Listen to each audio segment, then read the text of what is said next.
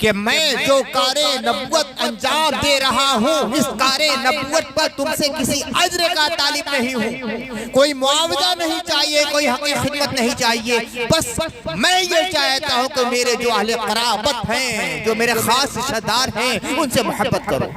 अब जब लफ्ज़ कुर्बा आया, कोई नाम नहीं तो कई तरह के क़राबतदार होते हैं। तो अब सवाल पैदा हुआ ज़हनों में कि या अल्लाह, ये कुर्बा से मुराद क्या है? हुज़ूर रहमत आलम सल्लल्लाहु अलैहि वसल्लम ने समेट दिया कि देखो, इस आयत में जो कुर्बा से मुराद है वो 4 शख्सियतें हैं। इनमें किसी दूसरे को शामिल करने की कोशिश मत करना। किसी आयत के बारे में जो मोहम्मद रसूलुल्लाह तफसीर बयान कर दे तो बड़े से बड़े इमाम, बड़े से बड़े कारी, बड़े से बड़े अल्लामा दर, बड़े से बड़े मुफस्सिर की हिम्मत नहीं है और जुर्रत नहीं है कि नबी सल्लल्लाहु अलैहि वसल्लम की तफसीर पर कोई इजाफा कर सके। और अगर कोई आदमी अपनी ख्वाहिश से कोई इजाफा कर सके,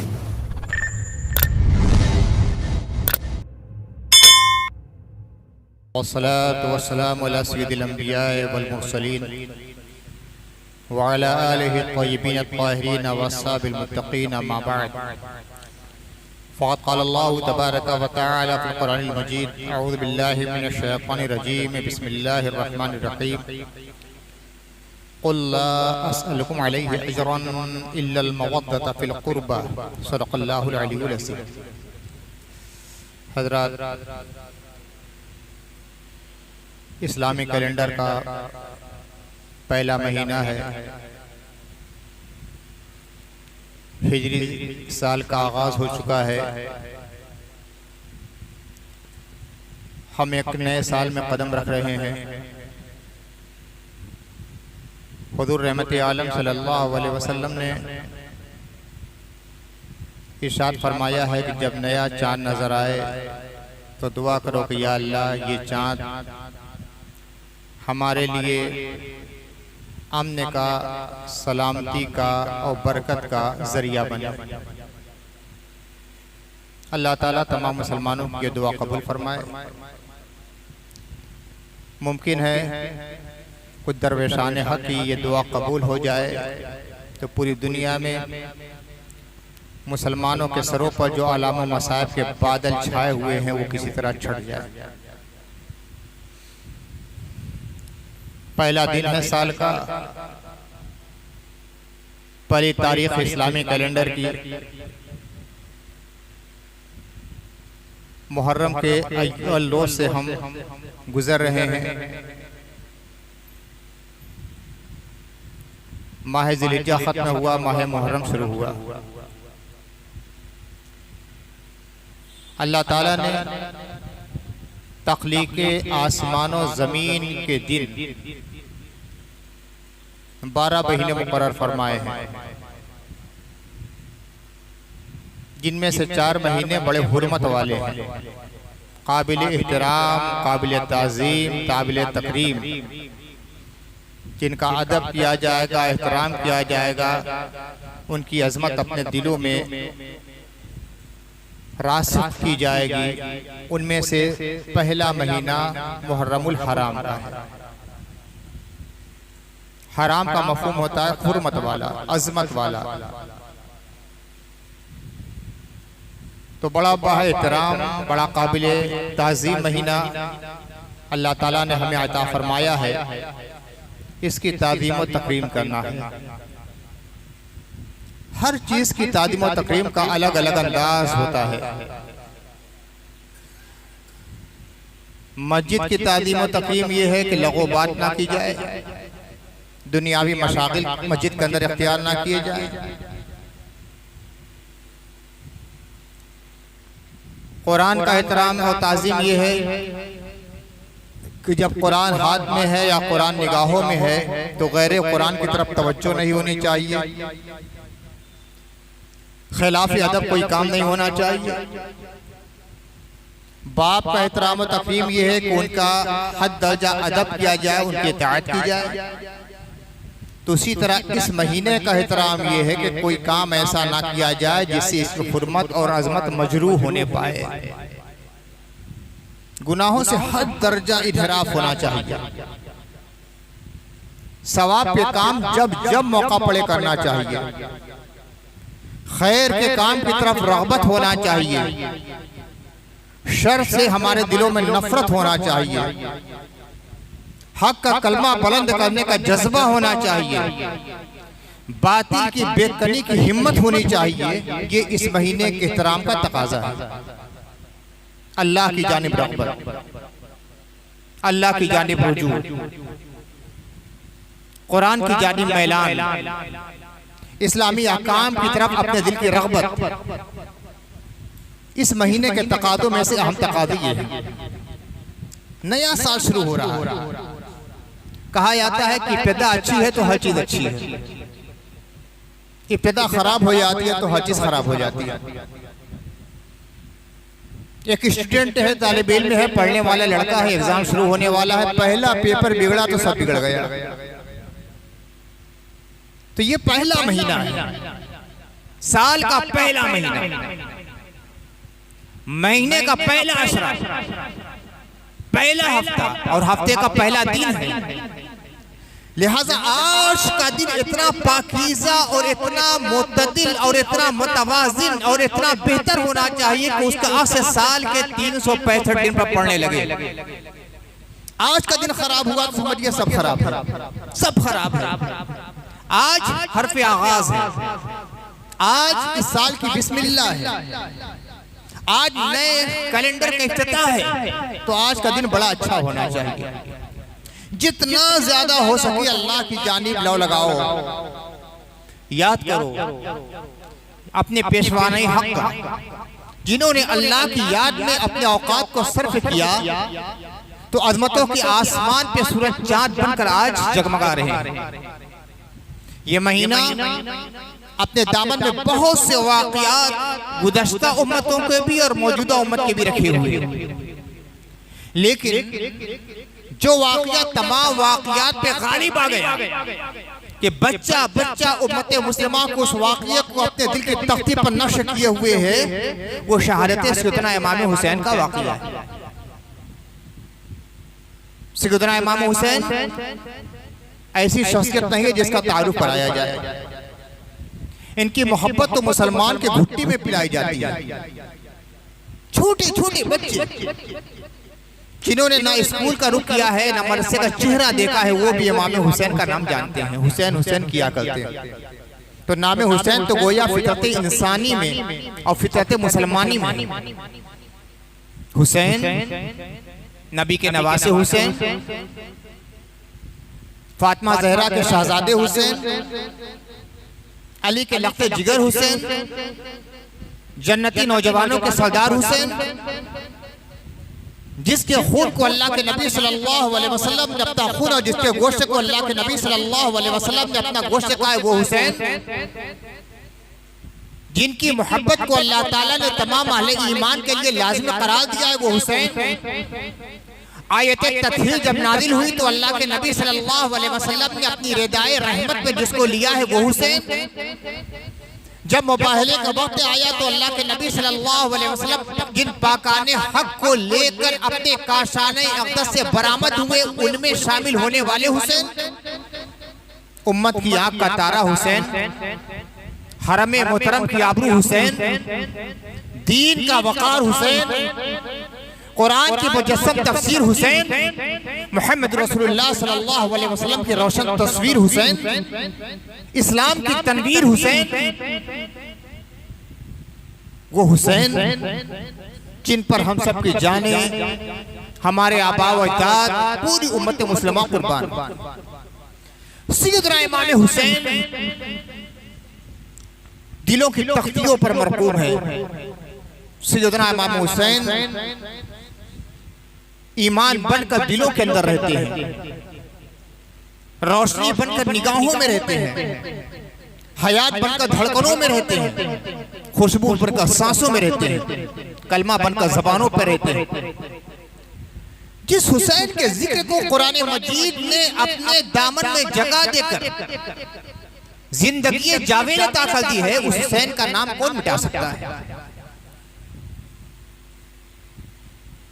14 सदी से ज्यादा गुजर गए, न जाने कितने अकाबिरे आलम दुनिया में आए और गए, न जाने कितने सलातीन अपने जोरे सल्तनत दिखाकर दुनिया से चले गए, न जाने कितनी अजीम शख्सियतें अपनी अजमत का परचम दुनिया में लहरा कर दुनिया से गुजर गई, मगर आज उनके नाम सिर्फ तारीख के सफ़ात पर लिखे हुए हैं, दिलों की तख्तियों पर छपे नहीं। एक हुसैन है हर दिल पर जिनका नक्श जमा हुआ है।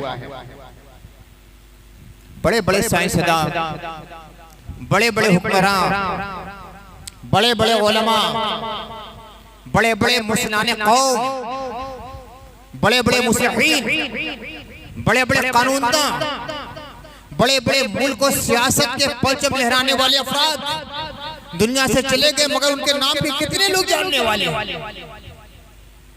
मगर हुसैन, अल्लाह ने आपके नाम को जिंदे जावेद बना दिया है।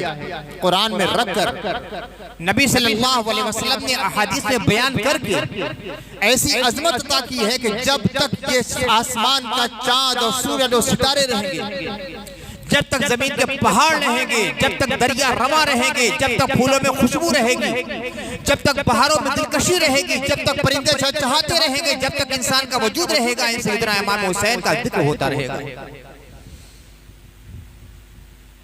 हुजूर रहमत आलम सल्लल्लाहु अलैहि वसल्लम ने इंसानों को इंसानियत अता करने के लिए,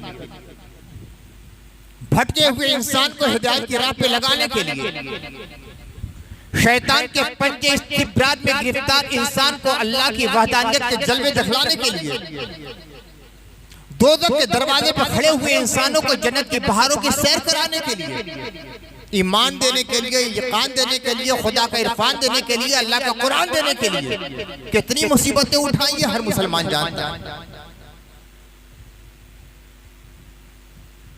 पूरी तारीख इंसानी में अज आदम ता ईदम जिस शख्स को सबसे ज्यादा सताया गया,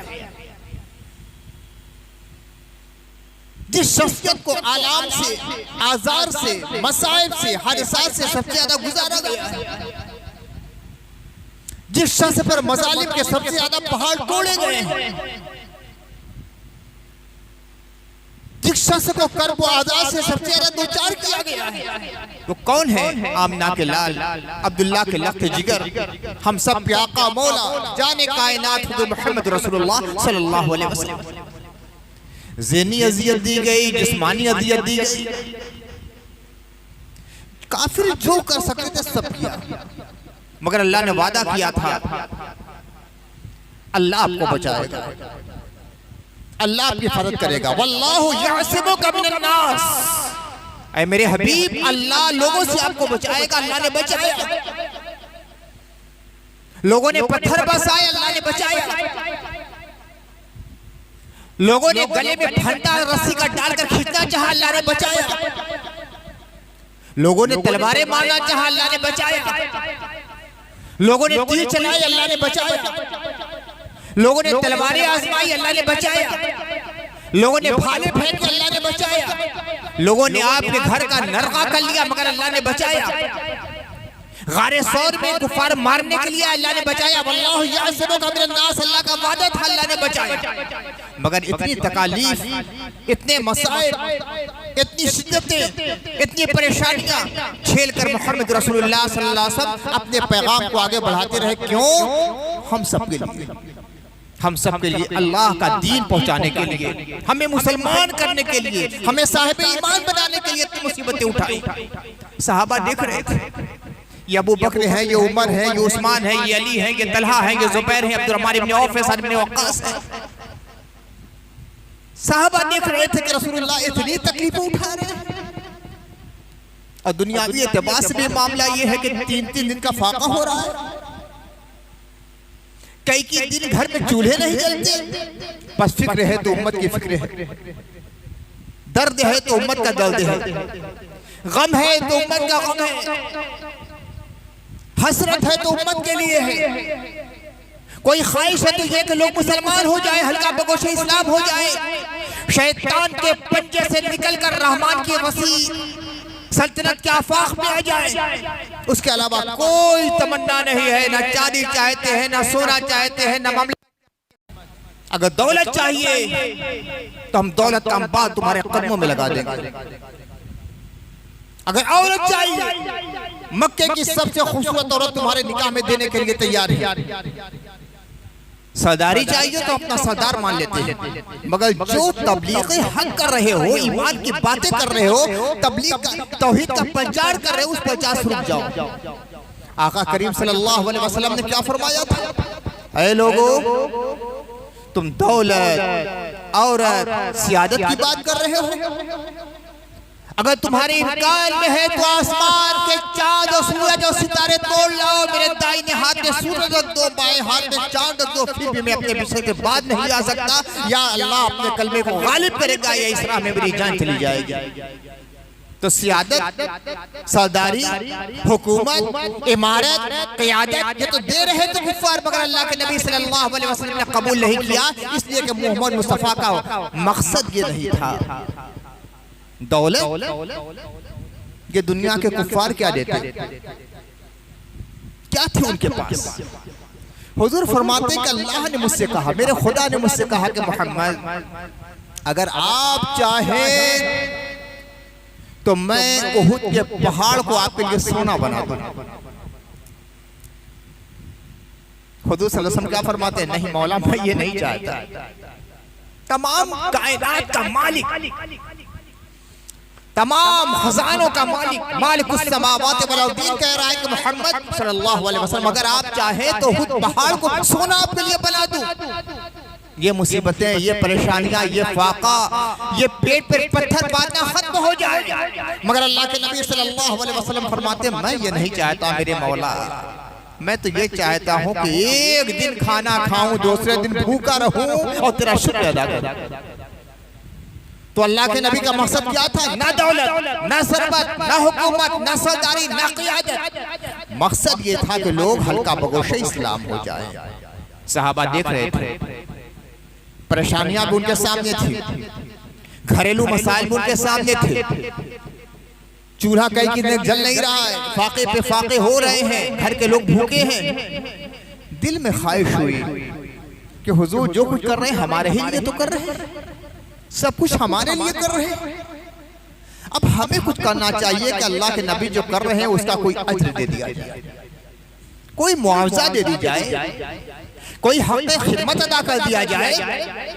सहाबा ने कहा नहीं, सहाबा के दिल में ख्याल आया, गैरत इलाही ने गवारा नहीं किया। जिब्रील जाओ मेरे हबीब के पास, पैगाम लेकर जाओ और कह दो कि अल्लाह ताला फरमाता है, कुल ला असअलुकुम अलैहि अजरन इल्लल मवद्दता फिल कुर्बा। ऐ नबी आप ऐलान कर दीजिए, सहाबा से ऐलान कर दीजिए कि मैं जो कारे नबुव्वत अंजाम दे रहा हूँ, इस कारे नबुव्वत पर तुमसे किसी अज्र का तालिब नहीं हूँ। कोई मुआवजा नहीं चाहिए, कोई हक़ खिदमत नहीं चाहिए। बस मैं ये चाहता हूँ कि मेरे जो अहले क़राबत हैं, जो मेरे खास रिश्तेदार हैं, उनसे मोहब्बत करो। कुछ नहीं चाहिए तुमसे, पैसा नहीं चाहिए, गल्ला नहीं चाहिए, खाना नहीं चाहिए, हक़ मेहनत नहीं चाहिए, नजराना नहीं चाहिए। बस ये मेरे करीबी लोग हैं, अपने दिल में उनकी मोहब्बत को जमाए रखना। खुदा ताला का हुक्म यही तुमसे मुतालबा है। अब जब लफ्ज़ कुर्बा आया, कोई नाम नहीं, ना हसन का नाम, ना हुसैन का नाम, ना अली का नाम, ना फातिमा का नाम, ना आयशा का नाम, ना खदीजा का नाम, ना सौदा का नाम, ना ज़ैनब का नाम, ना हफ्सा का नाम, ना रुक़ैया का नाम, किसी का नाम नहीं। ना ज़ैनब का, ना उम्मे कुलसुम का, ना रुक़ैया का, ना इब्राहिम का, ना अब्दुल्ला का, ना कासिम का, किसी का नाम नहीं। अब सहाबा पसो पेश में पड़ गए। कुर्बा, कुर्बा का मतलब होता है कराबतदार, रिश्तेदार, करीब के लोग। तो करीब के लोग कई एतबार से होते हैं। एक तो ये होते हैं खून का रिश्ता होता है, वो करीब होता है, जैसे बेटा है, बेटी है, पोता है, पोती है, नवासा है, नवासी है, बाप है, माँ है, भाई है, बहन है। ये खुद ही रिश्ता होता है, अल्लाह ने ये रिश्ता बनाया है। दूसरा रिश्ता होता है कि इंसान खुद इख्तियार करता है, जैसे शौहर और बीवी का रिश्ता। शौहर और बीवी के निकाह की वजह से, लड़के लड़की की निकाह की वजह से, एक बीवी हो है, एक शौहर है, अब रिश्ते आगे बढ़ते हैं। कोई सास है, कोई ससुर है, कोई साला है, कोई साली है, अलग अलग रिश्ते होते हैं। और दूसरे रिश्ते भी हो जाते हैं, तो कोई फूफा है, कोई खाला है, वगैरह वगैरह। कुछ रिश्ते ऐसे होते हैं जो मकानी एतबार से रिश्ते बनते हैं। एक आदमी ने मकान खरीदा, उसके पड़ोस में जो है उसका रिश्तेदार है, उसका पड़ोसी है, ये कुर्बत होती है। कुर्बा में ये भी आते हैं। कुछ रिश्ते होते हैं जो दोस्ताना रिश्तों की बुनियाद पर बनते हैं। कच्ची बाग का रहने वाला दोस्ती कर लेता है चित्तरपुरा वाले से, वो उसका कुर्बा में हो गया। एक कादीपुरा का है, वो उसके कुर्बा में हो गया। तो कई तरह के कराबतदार होते हैं। तो अब सवाल पैदा हुआ ज़हनों में कि या अल्लाह, ये कुर्बा से मुराद क्या है? सहाबा ने अर्ज़ की, मन क़राबतों का हाज़िही लदीना वजबत अलैना मवद्दतुहुम, मन क़राबतों का हाउलाई लदीना वजबत अलैना मवद्दतुहुम या रसूल अल्लाह। ऐ अल्लाह के रसूल, वो कौन से क़राबतदार मुराद है जिनकी मोहब्बत हमारे ऊपर वाजिब करार दी गई है? बड़ा एहसान है सहाबे किराम का को उन्होंने उक़दे को वही हल कर दिया। न जाने कितनी लंबी लिस्ट आज हमारे हाथों में थमा दी जाती है अगर अल्लाह के नबी बयान ना करते। ये भी हैं, ये भी हैं, ये भी हैं, ये भी हैं, ये रिश्तेदार, ये रिश्तेदार, ये रिश्तेदार, दुनिया भर की लिस्ट आज थमा दी जाती है। लेकिन सहाबे किराम का ये एहसान अजीब है कि मोहम्मद रसूलुल्लाह ने खुद पूछ लिया कि या रसूलल्लाह, वो कौन सा क़राबतदार है कि इस आयत में जिनकी मोहब्बत मतलूब है? अल्लाह के नबी सल्लल्लाहु अलैहि वसल्लम फरमाते हैं, अली व फातिमा व अब्नाहुमा, वो अली है, वो फातिमा, उनके दोनों साहबजादे हैं। हुजूर रहमत आलम सल्लल्लाहु अलैहि वसल्लम ने समेट दिया कि देखो इस आयत में जो कुर्बा से मुराद है वो 4 शख्सियतें हैं। इनमें किसी दूसरे को शामिल करने की कोशिश मत करना। कुरान भेजने वाला अल्लाह, कुरान लाने वाले जिब्रील, कुरान आवाम तक उम्मत पर पहुंचाने वाले और समझाने वाले मोहम्मद रसूलुल्लाह सल्लल्लाहु अलैहि वसल्लम। कुरान की सबसे अहम तफसीर वो होती है जिसकी तफसीर अल्लाह के नबी सल्लल्लाहु अलैहि वसल्लम ने खुद अपनी ज़बान मुबारक से बयान फरमा दी।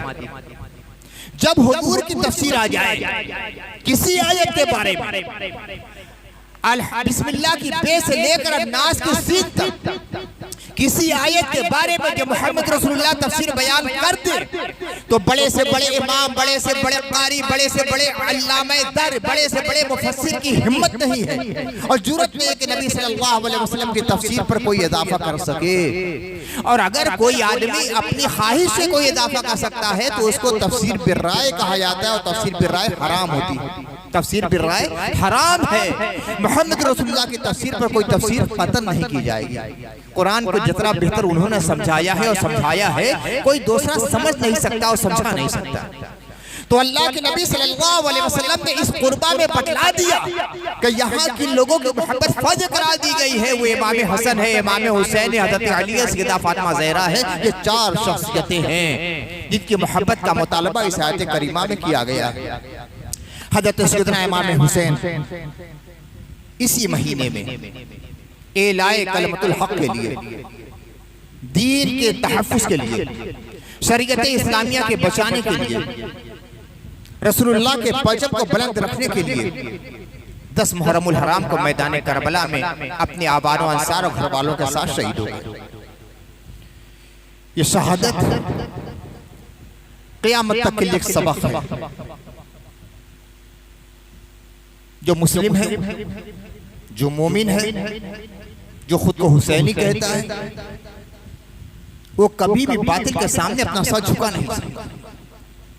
एक मिजाज पूरी दुनिया में बन गया है, कोई कुछ करता है तो हमसे क्या मतलब, कोई कुछ करता है तो हमसे क्या मतलब, हम तो अपने ईमान को बचाए हुए हैं। नहीं, ये हुसैनी किरदार नहीं है। जरूरत से ज्यादा सेकुलरशिप का मुजाहरा करने वाले आज यही नजरिया बनाए हुए हैं। हक भी सही है, बातिल भी सही है, खैर भी सही है, शर भी सही है, सच्चाई भी सही है, झूठ भी सही है। ये मिजाज लोगों का बना हुआ है। या कम से कम हक को सही समझते हैं, खैर को सही समझते हैं, सच्चाई को सही समझते हैं, भलाई को सही समझते हैं, तो बुराई के खिलाफ आवाज बुलंद करने का मिजाज नहीं रखते कि कौन हमारी बात सुनने वाला है। नहीं, हमारी बात हमारी जिम्मेदारी, हमारा फर्ज मनवाना नहीं है। हमारा फर्ज क्या बनता है? अल्लाह के पैगाम को पहुंचा देना, कोई माने ना माने। और इस राह में कितनी मुसीबतों का सामना करना पड़े उसकी परवाह नहीं करना है। हर आदमी डरा समा रहता है। हम ये कह देंगे तो ये नुकसान है, हम ये कह देंगे तो ये नुकसान है, हम ये कह देंगे तो ये नुकसान है। पूरी दुनिया का यही मंजरनामा है। आज अरब ममालिक जिनको ममलकत इस्लामिया कहा जाता है, दुनिया के मजालिम के सामने, दुनिया की शैतानत के सामने, दुनिया की आमरीयत के सामने, हाथों से अमेरिका की दहशतगर्दी के सामने सर झुकाए हुए क्यों हैं? सब ये सोचते हैं कि ये करेंगे तो हमारा ये नुकसान, ये करेंगे तो ये नुकसान, ये करेंगे तो ये नुकसान हो जाएगा। सैयदना इमाम अली मकाम की जिंदगी को उसवे हसना बना ले। क्या इमाम अली मकाम को नहीं मालूम था? हम चंद अफराद का काफिला लेकर करबला में जा रहे हैं, उधर से हजारों हजार का लश्कर जरार आ रहा है। इतने बड़े लश्कर के सामने चंद अफराद के काफिले हक की अहमियत क्या रह जाती है और हैसियत क्या रह जाती है? इमाम अली मकाम के सामने अंजाम था, जाऊंगा करबला में, काटा जाएगा, मारा जाएगा, कत्ल किया जाएगा, खुरेदी की जाएगी, मुसला किया जाएगा, लाशों को रौदा जाएगा, खैमों को जलाया जाएगा, बेटों को कैद किया जाएगा, सबको आंखों के साथ। ऐसा नहीं कि वो गाफिल थे। अल्लाह के नबी सल्लल्लाहु अलैहि वसल्लम फरमाते हैं कि मेरे अहले बैत को मेरी अक्ल और फिरासत और फहम और बसीरत और इल्म अता किया गया है। जिसको मुस्तफा की अक्लमंदी और दानाई और तदब्बुर अता हो जाए, बसीरत अता हो जाए, जरा हम समझते हैं क्या वो हुसैन नहीं समझते होंगे? लेकिन वो जानते थे कि जब खून के दरिया से इंसान गुजरता है तब अपनी मंजिल मकसूद तक पहुंचता है। नाना की जिंदगी सामने थी, मुसीबतों से ये लोग भागते नहीं, ये मौत से डरते नहीं हैं, ये मौत की आंखों में आंखें मिलाकर बात करने वाले अफराद थे। सारी खानदान की ताराजी का नक्शा सामने था, मगर उसके बाद भी इमाम अली मकाम ने हक का परचम बुलंद किया है और आने वाले अफराद को क़यामत तक ये पैगाम दिया है कि जहाँ हक की बात हो जाए तो ये मत सोचना कि मेरा मकान तबाह हो जाएगा, मेरे खानदान को काटा जाएगा, मुझे अजाब से गुजारा जाएगा, मुझे दारो रसन में डाल दिया जाएगा, कत्ले से गुजारा जाएगा। कुछ नहीं, बस अल्लाह का कलमा हक बुलंद होना चाहिए और इसके लिए बड़ी से बड़ी कुर्बानी पेश की जा सकती है। आज हमारे पास जो इस्लाम है, जो गैर मंसूख कुरान है, गैर मुहर्रफ कुरान है, जैसा अल्लाह ने अपने नबी पर उतारा था वैसा कुरान हमारे पास ही है। सदका है खून हुसैन का। 1400 साल में न जाने कितने इनकलाबात आए और गए, कितने कवानीन आए और बदल गए, मगर शरीयत इस्लामिया आज भी बाकी है। ये सदका है खून हुसैन का। आज भी हक को हक और बातिल को बातिल कहने का जो मिजाज पूरी कायनात में, ये सच्चा है खून हुसैन का। आज लोग अच्छाई को अच्छा समझ रहे हैं, बुराई को बुराई समझ रहे हैं, तो ये सदका है खून इमाम हुसैन का।